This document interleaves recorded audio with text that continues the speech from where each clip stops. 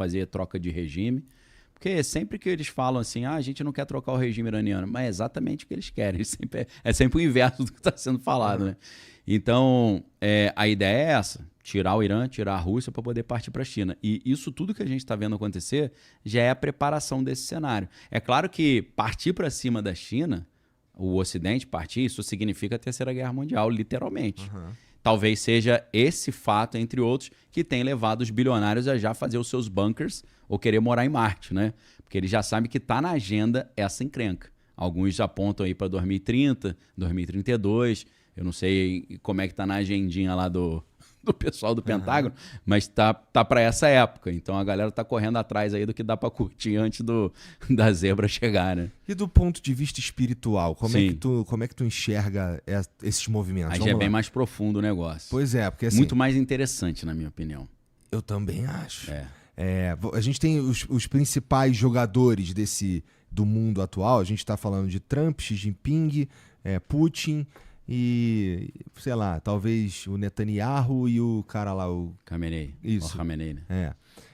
Talvez esses sejam os principais jogadores. Sim, os players hoje. Né? Coreia do Norte tá quietinha, mas é importante, tem bomba atômica. Todo mundo tem bomba atômica, é importante nesse jogo, então, né? Então coloca aí o Paquistão, coloca mais uma galerinha. Índia.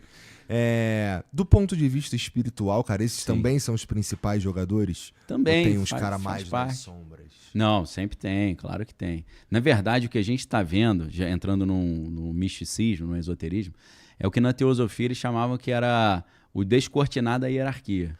Teosofia. Sim. O que é teosofia? Teosofia é uma filosofia criada por uma russa chamada Helena Petrovna Blavatsky. E ela partia da ideia que houve civilizações no mundo antigo que eram muito avançadas, mas essas civilizações desenvolveram conhecimentos de alto nível, como construir pirâmides e por aí vai. Só que essa civilização sucumbiu ali quando aconteceu a queda de Atlântida. Isso teria sido talvez uma punição dos deuses, porque eles não usaram bem esse conhecimento, usaram para subjugar o próximo. Só que esse conhecimento ele teria sido preservado por algumas nações e algumas sociedades secretas. Então esse conhecimento teria sido preservado pelos egípcios, pelos babilônios, aí passou para Roma, aí de Roma foi para a Europa, e os grupos secretos, os templários, a maçonaria, a Rosa Cruz, eles teriam esse conhecimento. E esse conhecimento envolveria a ideia de que existem raças do mundo antigo, algumas dessas que precisavam ser expurgadas para purificar o mundo para vir a nova era. E aí, curiosamente, né, você pensa no dilúvio, imagina que, vamos supor que o dilúvio é real. Eu creio que seja. Você tinha vários povos. Só que um povo sobreviveu, que era os descendentes de Sem, que foi Noé, Sem, Cã e Jafé. Então, uma linhagem, uma família sobreviveu. Essa família teria que ter sido eliminada. Talvez seja daí que Hitler tirou essa ideia de que ele tinha que eliminar judeus. Porque como ele era um místico e se inspirava na teosofia, ele acreditava que, tirando de cena o povo judaico, o mundo estaria preparado para viver essa nova era. Entendi. Essa nova era seria para ele o Terceiro Reich, para Aleister Crowley é a Era de Horus, e para o pessoal místico é a nova era. Guardando aqui esse ponto que a gente tá, sim. Essa é a segunda vez que tu me fala que o Hitler era um cara místico. Sim, sim. E aí da outra vez também tu tinha me falado lá dos soldados sobrenaturais. Super soldados. Super soldados e tudo mais.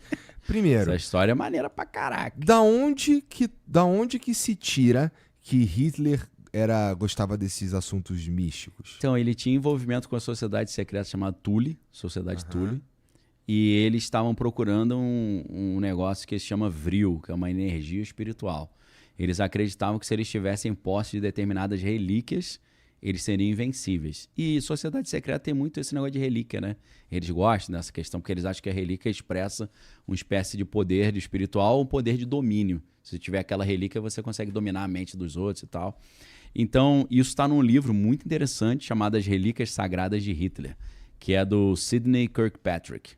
Esse livro, infelizmente, eu acho que está esgotado em português, mas quem quiser procurar num sebo aí ou então ler em inglês, As Relíquias Sagradas de Hitler. Esse livro vai contar a história real do Indiana Jones da vida real, que é o Walter Horn.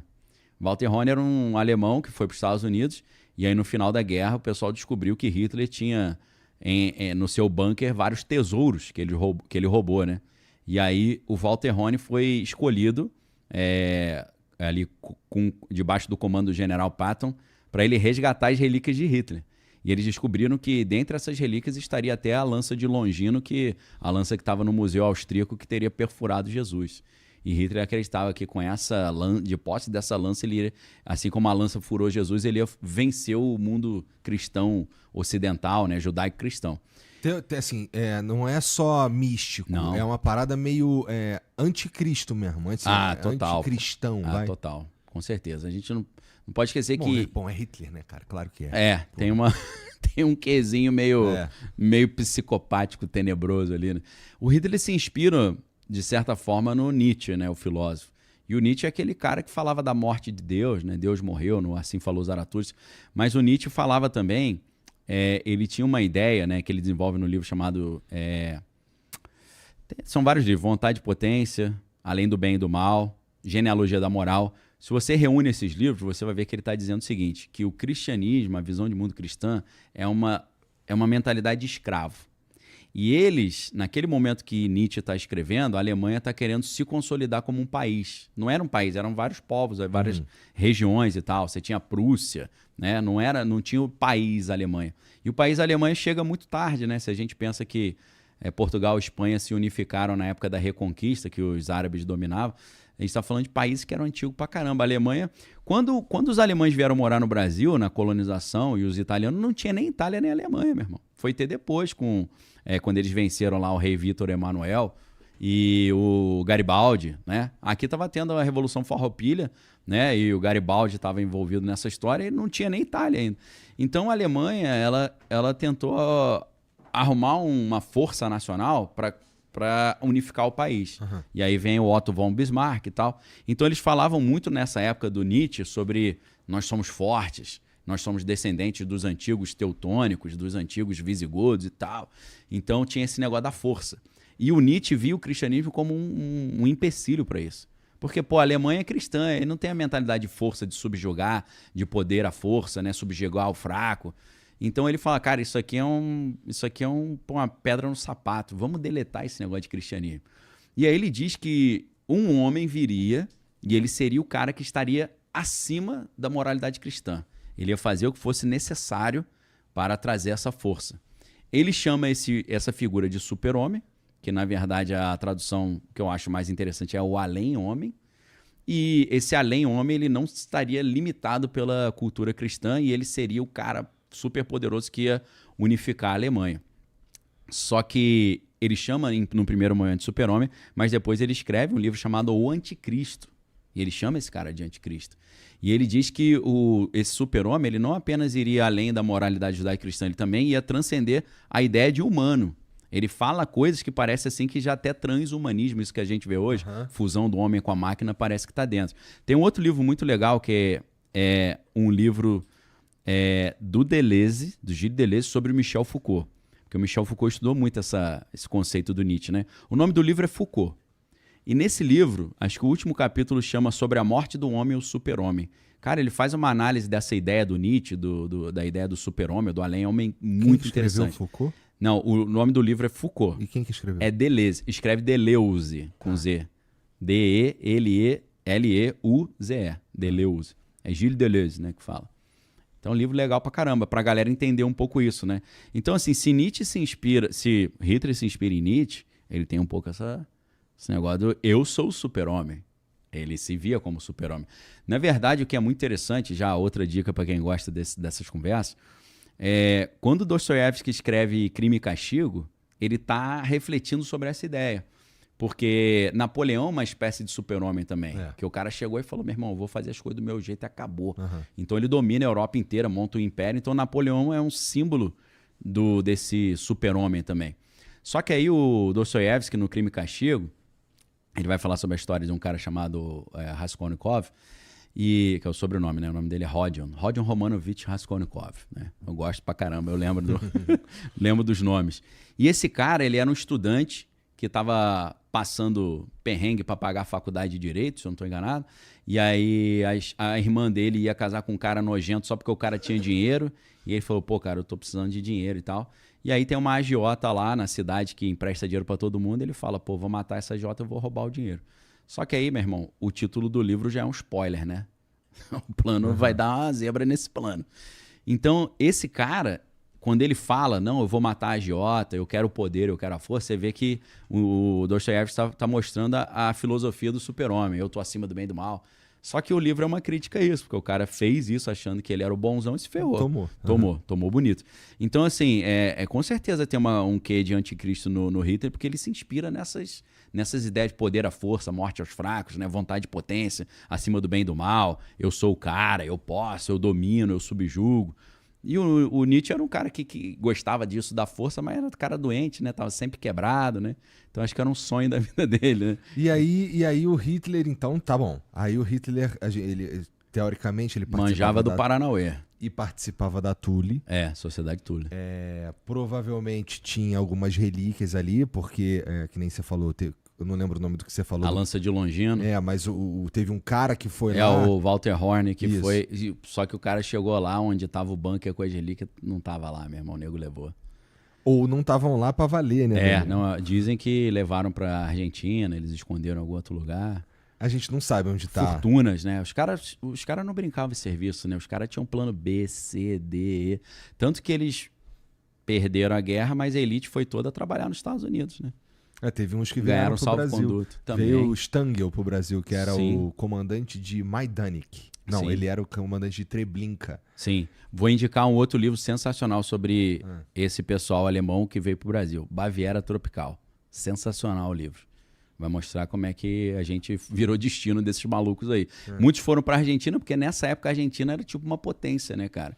A Argentina era um país na América do Sul que tinha um clima europeu, tinha uma arquitetura europeia, uma atmosfera europeia, um país super próspero, era um dos mais prósperos do mundo, então muitos se deslocaram para cá, né, para Argentina, né, digo. Alguns foram para o Uruguai, outros vieram para o Brasil. Tem aquela história que Josef Mengele, né, o pessoal fala Mengele, né, teria morrido afogado aqui no litoral de São Paulo, que eu acho que deve ser fake, né? Esses caras adoram forjar a própria morte, né? Tem a história que o Hitler fugiu pra América do Sul. Então, também, o Baviera Tropical tem a ver com isso. Na verdade, tem um outro livro que eu não me recordo, tem até a foto, né, do suposto Hitler com a esposa brasileira, com bigodinho ainda, né? Porra, não, aí é muita cara de pau, é surreal, mas existe essas teorias, né? E aí ele foi estudar e pesquisar como fazer uns soldados com poderes. Aí é o Mengele que desenvolveu. E isso envolveu o ocultismo também. Porra, me conta um pouco. Que é interessante aí, pra caramba. Começa pensando, por exemplo, como é que eu consigo fazer o soldado precisar dormir menos? Droga. Como é que eu posso fazer o soldado ter maior vigor físico? Droga. Como é que eu posso fazer o cara não ter medo? Droga. Entendeu? Claro que vai envolver isso tudo, né? O LSD não surge por acaso nessa época. Só que aí, o que acontece? Eles começam a... Mas eles tomavam anfetamina, não tomavam? Tomava tudo que tinha para tomar naquela época, né? Anos 40, 30, né? Não sei exatamente o que já estava à disposição. Mas como eles tinham esses campos lá de pesquisa, campos de concentração, aquela coisa grotesca, não tinha limite para as pesquisas, né? Então os caras acabaram achando soluções para essas maluquices que eles estavam buscando. Então o que o Josef Mengele começou a fazer? Ele pegava... São assuntos assim intensos, eu vou tentar falar de um jeito tranquilo até para não trazer... probleminhas aí. Ele descobriu que a mente poderia ser fracionada, a mente humana, igual particionar um HD. Como assim? Se você pesquisa transtorno dissociativo de personalidade ou múltipla personalidade, a principal causa é trauma na infância. Por quê? Porque a criança, quando ela está debaixo de muita dor e muito sofrimento, muito medo, ela parece que tem um sistema natural do corpo, ou no meu caso, que eu creio colocado por Deus, que a mente ela fala assim, olha, vamos fazer uma parada, tá insuportável. Então o que acontece? A criança desmaia. Aí desmaiou, desligou, né? Dá um pane no sistema, desliga.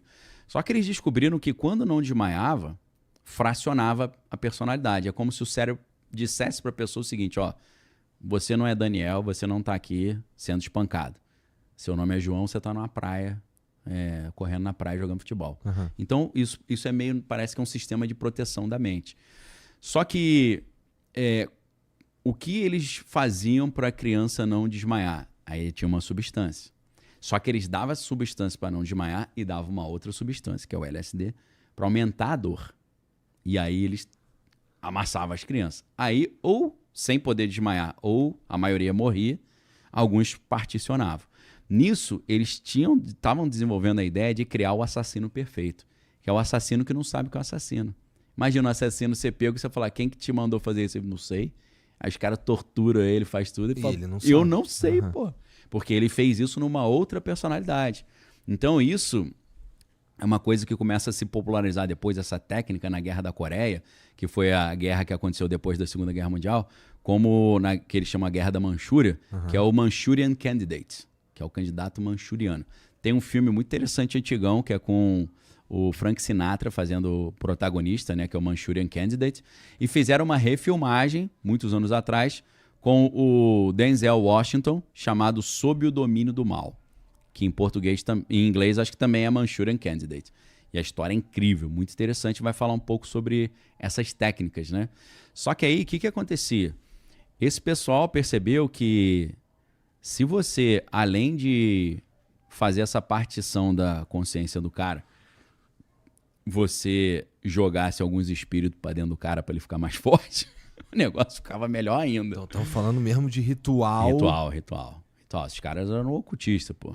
Um dos apelidos do Josef Mengele era Herr Grünebaum, que é Senhor Árvore Verde.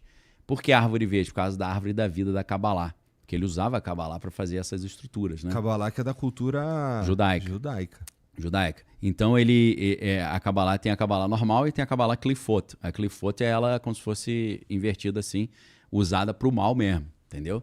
Então, eles descobriram como usar aquilo ali como se fosse um diagrama da consciência humana e encaixar um monte de espírito dentro do cara para ele virar o Hulk ali, meu irmão.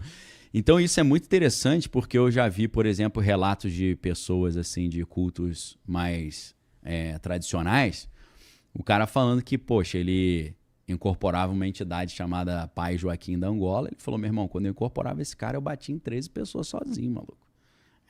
Pulava 3 metros de altura, arrebentava geral. E o interessante é que esse cara falou que para ele conseguir incorporar essa entidade, ele fez um ritual que implantaram bilhas de aço no ombro e na base da coluna dele. Que aí ele fazia um gesto, quando ele fazia esse gesto, conectava o polegar nessas bilhas,